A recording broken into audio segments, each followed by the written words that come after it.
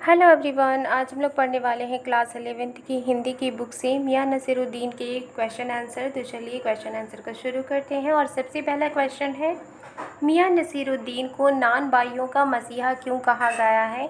नान by बोलते हैं तरह तरह की रोटियां बनाने वाले को, राइट। तो इसका आंसर है मियां नसीरुद्दीन को नान बाइयों का मसीहा कहा गया है, फरिश्ता कहा गया है, क्योंकि वे साधारण नान बाई नहीं हैं, वो सिंपल नान बाई नहीं हैं, वे ख़ानदानी नान बाई हैं, यानी उनके पूर्वज भी तरह तरह की रोटियां बनाते आए हैं। अन्य नान बाई रोटी केवल पकाते हैं, पर मियां नसीरुद्दीन अपने पेशे को कला मानते हैं। जो भी उनका ऑक्यूपेशन है वो अपने ऑक्यूपेशन को, अपने पेशे को एक आर्ट समझते हैं, एक कला समझते हैं। उनके पास 56 प्रकार की रोटियां बनाने का हुनर है। वे अपने को सर्वश्रेष्ठ नानबाई बताते हैं, यानी वो सबसे अच्छे खुद को नानबाई बताते हैं। नेक्स्ट क्वेश्चन है, लेखिका मियां नसीरुद्दीन के पास क्यों गई थी? इसका आंसर है, लेखिका मियां नसीरुद्दीन के पास पत्रकार की हैसियत से गई थी, एक रिपोर्टर की हैसियत से गई थी। वे उनकी नानबाई कला के बारे में जानकारी प्राप्त कर उसे प्रकाशित करना चाहती थी, उसे पब्लिश करना चाहती थी। क्वेश्चन है, बादशाह के नाम का प्रसंग आते ही लेखिका की बातों में मियां नसीरुद्दीन की दिलचस्पी क्यों ख़त्म होने लगी? तो जब लेखिका ने मियां नसीरुद्दीन से ये पूछा कि आपके पूर्वज किस बादशाह के यहाँ रोटियां बनाने का काम करते थे, तरह तरह की रोटियां बनाते थे, तो मियां नसीरुद्दीन को खुद उस बादशाह का नाम नहीं पता होने की वजह से वो दिलचस्पी उनकी लेखिका के बातों में ख़त्म होने लगी। ठीक है, तो यहाँ पर आंसर लिखा है, बादशाह के नाम का प्रसंग आते ही मियां नसीरुद्दीन की दिलचस्पी लेखिका की बातों में ख़त्म होने लगी, क्योंकि उन्हें किसी ख़ास बादशाह का नाम मालूम ही ना था। वे जो बातें बता रहे थे वे बस सुनी सुनाई थी, उस तथ्य में यानी उस बातों में सच्चाई नहीं थी। लेखिका को डींगे मारने के बाद उसे सिद्ध नहीं कर सकते थे, राइट। नेक्स्ट क्वेश्चन है, मियां नसीरुद्दीन के चेहरे पर किसी दबे हुए अंधड़ के आसार देख यह मजमून ना छेड़ने का फैसला किया। इस कथन के पहले और बाद के प्रसंग का उल्लेख करते हुए इसे स्पष्ट कीजिए।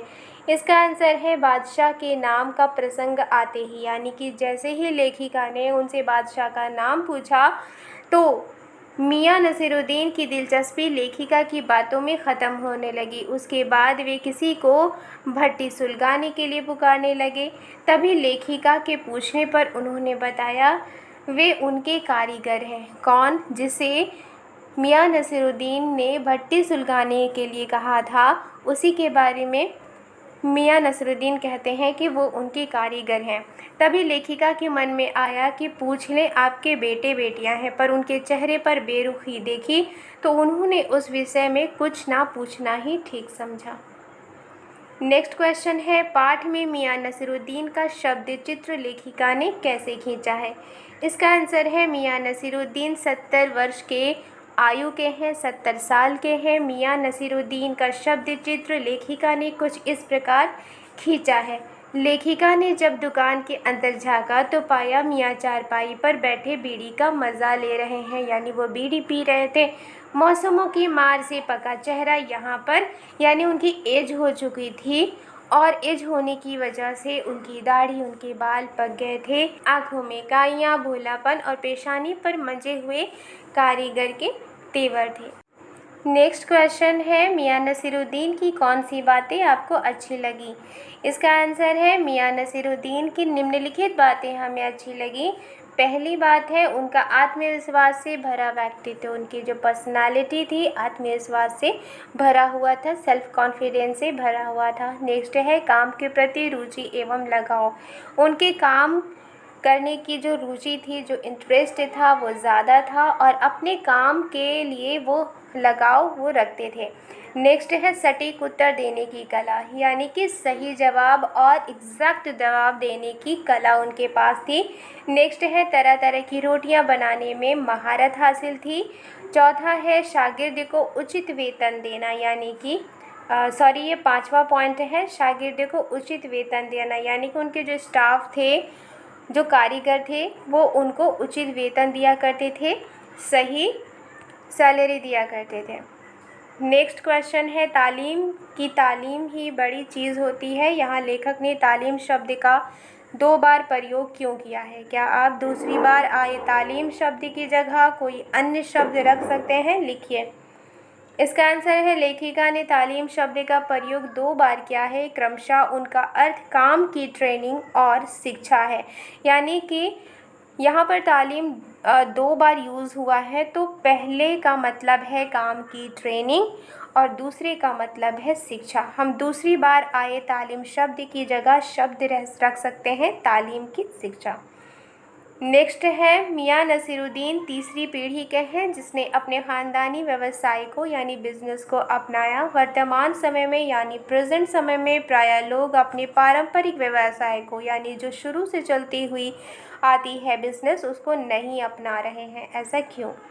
आंसर है मियां नसीरुद्दीन तीसरी पीढ़ी के हैं। पहले उनके दादा साहिब थे आला नानबाई मियां कल्लन, दूसरे उनके वालिद यानी पिता थे मियां बरकत शाही नानबाई। वर्तमान समय में यानी प्रेजेंट समय में प्रायः लोग अपने पारंपरिक व्यवसाय को यानी जो उनके पूर्वज जो बिजनेस करते आए हैं उनको नहीं अपना रहे हैं, क्योंकि पारंपरिक व्यवसाय की ओर लोगों की रुचि यानी इंटरेस्ट कम हो गई है।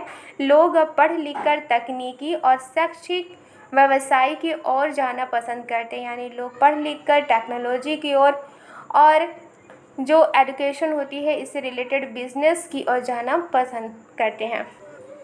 नेक्स्ट क्वेश्चन है मियाँ कहीं अखबारनवीस तो नहीं हो? ये तो खोजियों की खुराफात है। अखबार की भूमिका को देखते हुए इस पर टिप्पणी करें। इसका आंसर है अखबारनवीस पत्रकार को कहते हैं। अखबार की समाज को जागृत करने में अहम भूमिका होती है, यानी अखबार ही वो माध्यम होता है जिसमें समाज ये जान पाता है कि उसके वर्तमान समय में क्या हो रहा है। अखबार जनता को न्याय भी दिला सकता है। कैसे? जिस तरह से कभी कोई ऐसे इंसिडेंट होते हैं, कभी कोई ऐसी बातें होती हैं जिसमें कोई जो बेगुनाह होता है उसे जेल होती है, तो अखबार ही उस बेगुनाह का सपोर्ट करता है और उसे न्याय भी दिलाता है। परंतु आजकल के अखबार में बातों को बहुत बढ़ा चढ़ा कर लिखते हैं जिससे लोगों में उनका प्रभाव कम हो गया है। नेक्स्ट है भाषा की बात।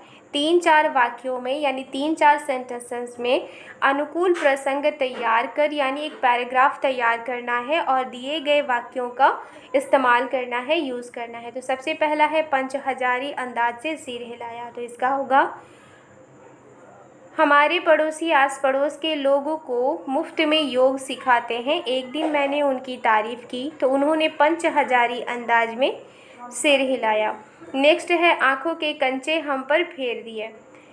इसका आंसर है हमारे मित्र जब अपनी कविता की बढ़ चढ़कर प्रशंसा कर रहे थे तो मैंने उनसे बेहतर कविताओं के उदाहरण दिए। इस पर नाराज़ होकर उन्होंने अपनी आंखों के कंचे हम पर फेर दिए।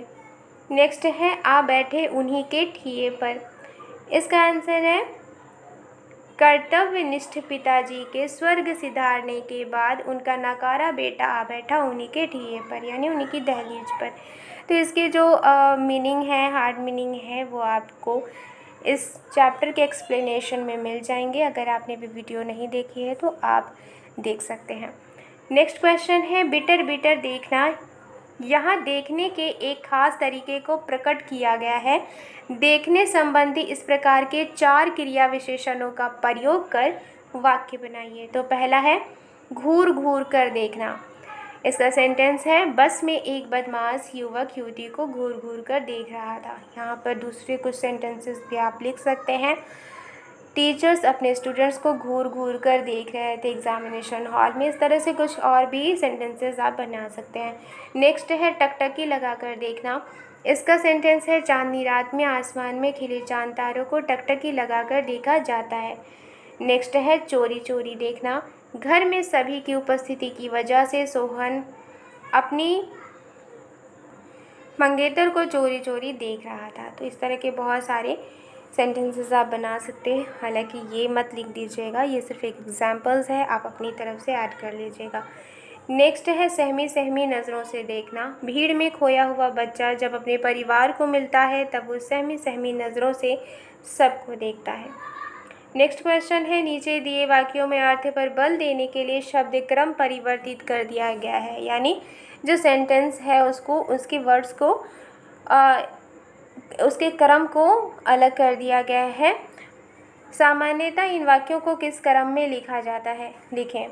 तो यहाँ पर है पहला, मियाँ मशहूर है 56 किस्म की रोटियाँ बनाने के लिए। तो इसे हम लोग लिख सकते हैं, मियाँ 56 किस्म की रोटियाँ बनाने के लिए मशहूर है। इसके बाद है निकाल लेंगे थोड़ा वक्त, इसे हम इस तरह से लिख सकते हैं, थोड़ा वक्त निकाल लेंगे। नेक्स्ट है दिमाग में चक्कर काट गई है बात, इसे हम लिख सकते हैं बात दिमाग में चक्कर काट गई है। नेक्स्ट है रोटी जनाब पकती है आँच से, इसे हम लिख सकते हैं जनाब रोटी आँच से पकती है। तो ये थे मियाँ नसीरुद्दीन के क्वेश्चन आंसर। आई होप आपको ये वीडियो पसंद आई है। वीडियो पसंद आई है तो लाइक एंड सब्सक्राइब करना मत भूलिएगा। मिलती हूँ नेक्स्ट वीडियो में। Thank you.